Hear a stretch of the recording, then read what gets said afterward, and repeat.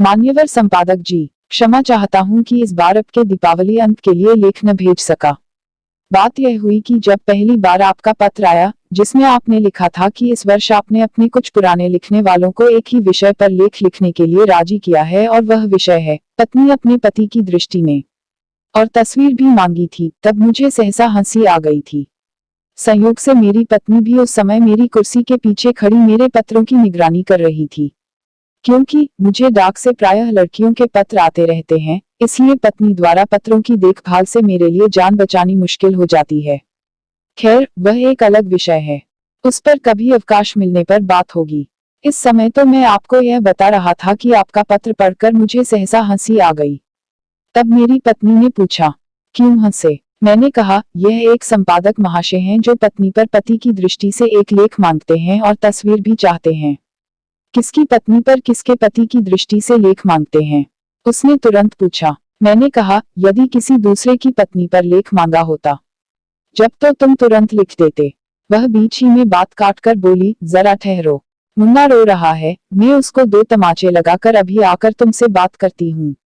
जब वह वापस आई तो मैंने कुर्सी जरा पर एक खिसका ली। वह बोली, हाँ अब बताओ।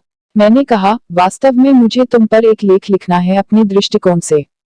इसीलिए मैं हंस रहा था कि ये भलेमानस संपादक इतना भी नहीं जानते कि विवाह के बाद पति का दृष्टिकोण भी वही हो जाता है जो पत्नी का होता है। फिर वह बेचारा जो कुछ भी देखता है, अनुभव करता है, बात करता है, आता है, जाता है, खाता है, पीता है, चलता है, बैठ जाता है, बैठकर फिर चलने लगता है, वह सब कुछ उसकी पत्नी के दृष्टिकोण से होता है। अलबत्ता विवाह के पहले पति का एक दृष्टिकोण होता है, लेकिन विवाह के बाद प्रायः समाप्त हो जाता है।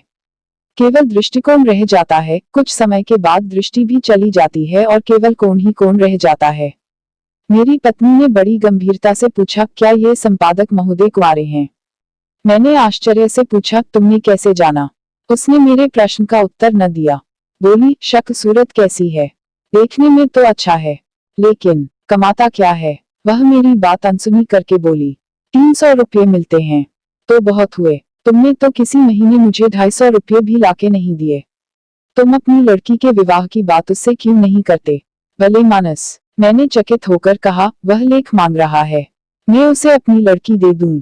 इस तरह से तो वह साल में 3-3 बार विशेषांक निकाल लेगा। मजाक मत करो। वह गुस्से से बोली, घर में जवान जहान लड़की कुंवारी बैठी है और तुम्हें उसकी सुध नहीं है। जब देखो बेकार कलम चलाया करते हो।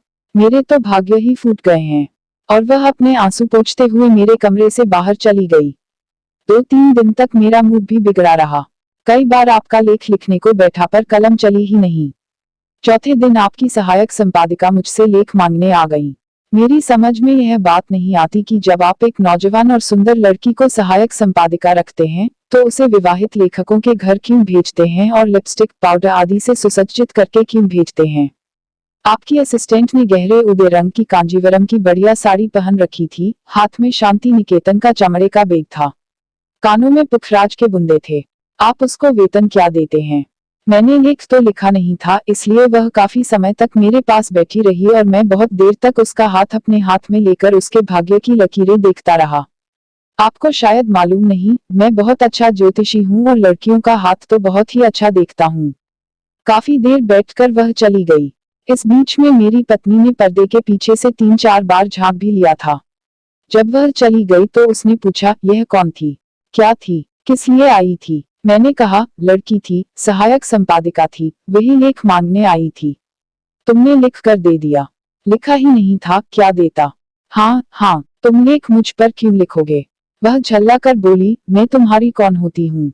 तुम बाहर की जाने कैसी कैसी गई गुजरी स्त्रियों पर लिखते रहते हो, लेकिन घर की स्त्री पर, अपनी पत्नी पर तुमसे क्यों लेख लिखा जाएगा? मैं सब समझती हूँ, आने दो उस चुड़ैल को दोबारा, मैं उसकी चुटिया न काट के फेंक दूं। वह जोर जोर से रोने लगी। मैंने अपनी कुर्सी से उठकर उसे प्यार किया, बहलाया, पुचकारा, संभाला। बड़ी मुश्किल से उसने अपने आंसू रोके। उन्हें पोंछते पोंछते बोली, तुम मुझसे प्यार करते हो ना? संसार में सबसे ज्यादा। उद्धरण चिन्ह। मुझ पर लेख लिखोगे ना? अवश्य, अच्छा सा लेख, बहुत बढ़िया लिखूंगा। अब वह आंसुओं के बीच मुस्कुरा दी। उसको आंखें खुशी से चमकने लगी। बोली, मेरा एक चित्र भी भिजवा देना। चित्र? क्यों? वह एकदम भड़क कर बोली, उन्होंने मांगा है। क्या मैं तुम्हें अच्छी नहीं लगती हूँ? बहुत अच्छी लगती हो डार्लिंग। तो फिर अच्छा, चित्र भी छप जाएगा। मैंने धीरे से कहा। तो चित्र खिंचवाने कब चलोगे? आज ही चलूंगा। वह बहुत प्रसन्न हुई, फिर सहसा उदास सी हो गई। बोली, लेकिन मेरे पास तो कोई नई साड़ी ही नहीं है। मैंने कहा, अभी पिछले सप्ताह। वह बोली, वह तो पिछले सप्ताह की है, नई तो नहीं है। बेशक नई तो नहीं है, मैंने स्वीकार किया। वह बोली, मैं नई साड़ी में चित्र खींचाऊंगी। मैंने उसे टालने के अभिप्राय से कहा, इतना टंटा क्यों करती हो? वह अपना पुराना चित्र भेज दो ना, जो बनारसी साड़ी में है। वाह, वह तो विवाह का चित्र है। 22 वर्ष हो गए। तुम भी क्या बात करते हो? मैंने कहा, अच्छा तो बाजार से 17.5 रुपए की वायल की साड़ी ले लेंगे। फूलदार वायल की बहुत बढ़िया साड़ियां आई हैं। वह चीख कर बोली, मैं वायल नहीं लूंगी, मैं तो कांजीवरम की साड़ी लूंगी, वैसी उदय रंग की जैसी उस कलमुही ने पहन रखी थी। कांजीवरम की साड़ी, मेरा दिल अंदर ही अंदर बैठने लगा। घटिया से घटिया कांजीवरम की साड़ी भी 80-90 से कम में नहीं आती है। हाँ, कांजीवरम को साड़ी लूंगी और शांति निकेतन वाला वही बैग जो उस चिनाल ने ले रखा था, और वैसी ही सैंडल और वैसा ही प्योर मैसूर सिल्क का चमचमाता ब्लाउज, और कानों के वैसे ही बुंदे। और मैं टैक्सी में बैठकर चित्र खिंचवाने जाऊंगी। टैक्सी में? हाँ, अभी से कह देती हूँ, बस में नहीं जाऊंगी, नहीं तो मेरे सारे कपड़े खराब हो जाएंगे। औरों को टैक्सी में ले जाओ और मुझे।